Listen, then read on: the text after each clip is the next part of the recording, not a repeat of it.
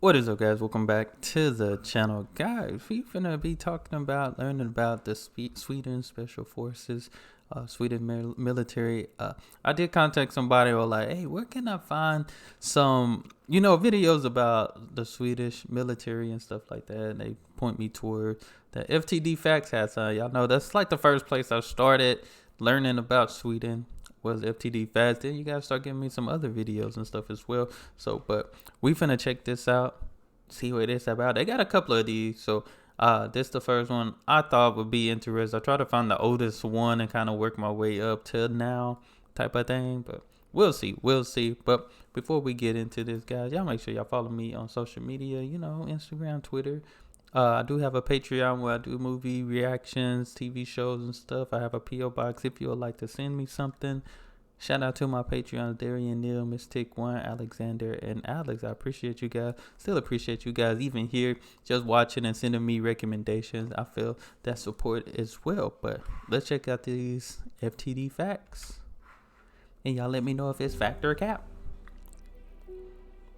Oh, we got to block some stuff.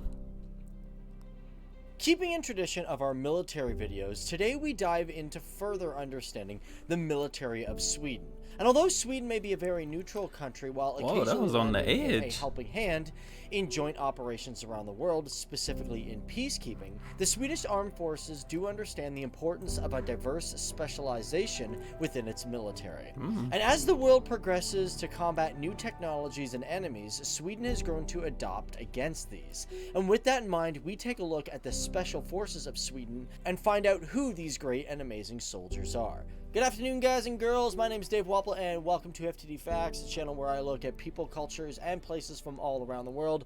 And in these kind of videos, we look at the militaries and the special units that countries have. But today we are going to look at the Special Forces of Sweden. Now, this is one that's been requested for quite some time. You guys have been in the comment section saying, yo, talk about the SOG, and that's what we're doing today. But if it's your first time here, guys, and you like learning about militaries and countries, you want to hit that subscribe button and that bell notification, because that's what we do. And on top of that, if you're liking this video and you want more Sweden-related topics or topics around special forces, just hit that like button, because if we get a lot of likes, then we know to continue to do more. Now, let's get rolling. Now, I'm not going to lie. One hard thing is finding information about this particular unit, because it is, well, first of all, a special forces unit, and they don't like to tell a lot of the public what they are doing. That's true. That is finding facts. information really tough to do. And although we're going to talk about the SOG, you should keep in mind that Sweden has had a lot of different special forces units throughout its military history. And the reason some of them are not around today is because they actually merged with the SOG, and I'm going to get into that in this video. Because first of all, let's just get a general understanding of what Special Forces units are actually required to do within the country. To quote off of Sweden's military website, the SOG are Special Operations Task Force Groups. They are a core unit of the Special Forces within Sweden, and they provide unique and unconventional capabilities to achieve a strategic goal. Also, heads up, while we're doing this video, you guys will see some footage of certain units that are not classified as special forces. Now, the reason for that is because finding actual photos on the SOG or any special forces unit, which I would expect. That's why I was surprised. Like, I'm guessing like most of these pictures aren't it, but yeah, that's what I'm like. I'm thinking to myself like for a SOG, if it's like special for, because I'm sure these are like the people you probably don't even know their real name. You don't know their real identity. You probably will see this person in their day-to-day life and don't know what they were capable of or what they were doing and used to do. It reminds me of, I don't know if y'all seen The Equalizer, not the Queen Latifah, but the Denzel Washington, The Equalizer.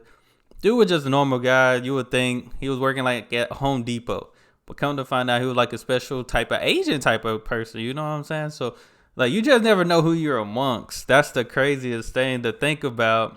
We see it in movies all the time, but just thinking like, dang, this person could have been an assassin, or this person did this many missions, or this person, so it's just crazy. Is kind of a hard thing to do. It's not crazy that, crazy and like, oh my gosh, tag crazy. This as a special forces group, so if we find them on Google, then we're kind of stuck. So the SOG, what does it stand for? Well, they are known in English as the Special Operations Task Group. And to pronounce it in Swedish, although I'm probably going to mess this up because I know a lot of you guys in the comment section, you guys love to take the piss out on me, being like, you mispronounced it wrong. But let's give it a shot. I think it's pronounced Särskilda Operationsgruppen. I think that was right. But one thing that's really important to know about this Special Forces group is it's rather new on the block when it comes to new military units within the country. As a matter of fact, this particular Special Forces unit has only been around since 2011. Wow. Well, at the time of recording this video, it's like 7 years old. Dang, Special Forces units new. within Sweden have actually been around for a long time, and because Sweden has a very neutral perspective on war, the country hasn't had much need for a Special Forces unit, which explains why they may seem like a little new to the game.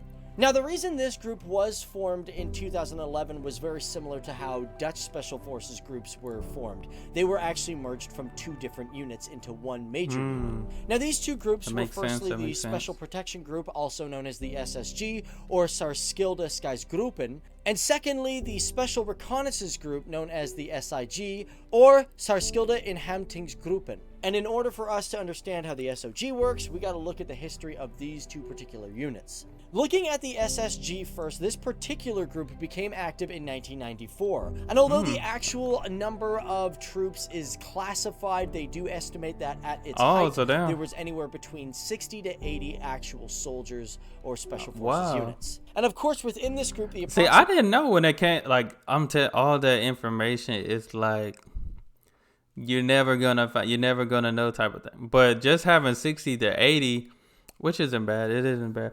But like, just thinking about it, just think it's 60 to 80 people that are probably a part of a group that you would never know.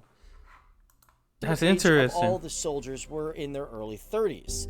Now, similar to most Special Forces groups, these guys were extremely secretive. And as a matter of fact, they didn't become aware to the public until about 1997. And to recruit people for this program, they took officers and notable individuals from different sections of the military. And to be in this group, it took more than 1 year of basic operator training. Soldiers would learn how to do halo dives, parachuting, scuba diving, and as well, women could apply, but only as intelligence officers. It's also interesting to know that for the training of this program, it was also held in other countries in joint operations. Of course, the SSG I'm telling you, we play all these, like, my father keep calling, like, I be realizing that we play all these games, like video games. Like, you got Call of Duty, you got Splinters, you got the old Splinter Cell that used to be out there, which was one person, but it's still. We got Rainbow Six and all these different games, and it's like, man, this is somebody actual life. This is somebody actually, protecting their country, doing this stuff, and it's amazing to me. Like, you didn't even think, like, even different movies like Missions Impossible. It's like there's people out here that's really doing this stuff. Not only to, make a living for their families and stuff, but to protect their countries. Like, I don't know. If I was to join the military, I ain't gonna lie. I ain't the type to jump out of planes and do all those different things, but I would definitely want to be a part of the Special Forces just because you finna learn a little bit more. I feel like it's like a next level type of thing. It's not just getting in there, getting out, but really wanting to protect your country, Present in many different operations around the world until the merge in 2011. For example, in 2002, they were in charge of guarding the Afghan King Mohammed Zahir Shah, and in 2002, they were sent back to Zaire for what was known as Operation Artemis during the Second Congo War, which was actually the first operation led by the EU and the first autonomous EU operation. As well, they were a part of the first rapid response unit by any EU nation, and of course the first major operation outside of the EU that was conducted by the EU and with the United Nations. In 2004, the SSG was also in Kosovo, and in 2008, they were in Chad, along with other operations in Macedonia, Liberia, Lebanon, and the Bosnian War. Now let's move on to the second group, the SIG, and find out a little history SOG about and them. SIG? Now the SIG in 2007 formed out of the parachuting school. Now similar to the previous group, there's not quite an accurate number, but they do guess that there was anywhere between 50 to 70 people that were trained in this program and were in their early 30s as well. Now for this particular group, they were more heavily focused on reconnaissance than combat. Of course, Sweden has its own form of reconnaissance group known as ISTAR, but for this particular group, it was designed for missions that required a little bit more training as they were deemed more dangerous. For training when it came to SIG individuals, these guys would train by jumping out of C-130 Hercules, doing nighttime and daytime jumps, as well as halo jumps. But today, this group has been discontinued as of 2009, and it was reorganized into the 323rd Paratrooper Company, as well as a few other companies. I wonder if they by that merge, I meant specifically the Parachuter Ranger program, not the SIG. They were merged in 2011 to create the SOG. But now let's look specifically at the SOG, because this particular unit, its size is also listed as classified. So one thing that I've heard when it comes to the SOG and who they select, I have heard this, I can't confirm it, that they only select people once in a lifetime.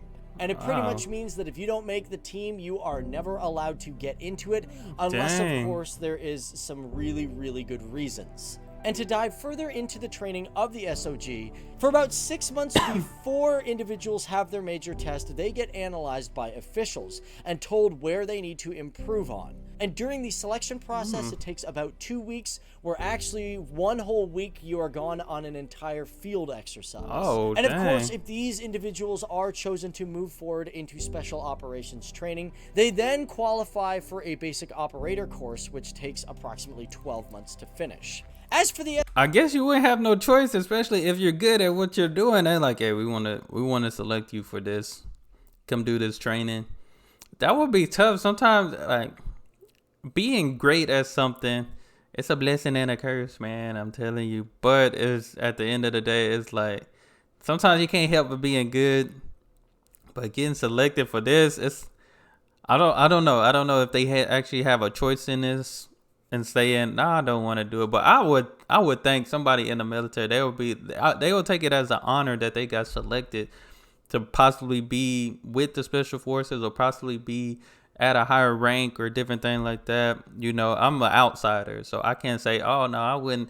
If I was an insider, I probably would have been like, yes, that would be an honor to take a higher rank or be in the special forces or be a part of this or be a part of that. That's an honor because they see something in you. SOG, they also say that they generally work in teams of 4, with usually a team leader, a demolitions expert, radio operator, and a combat medic. As well, I just want to mention when it comes to the SOG, the SIG, and the SSG, they've been a part in many operations such as the Balkans, the Congo, Chad, Central African Republic, and much more. Which, of course, we should include Afghanistan in there as well. But as for the SOG, they have specifically been in Syria and Iraq for Operation Inherent Resolve. As well, they've been placed in the countries of Iraq and Kurdistan to train other soldiers.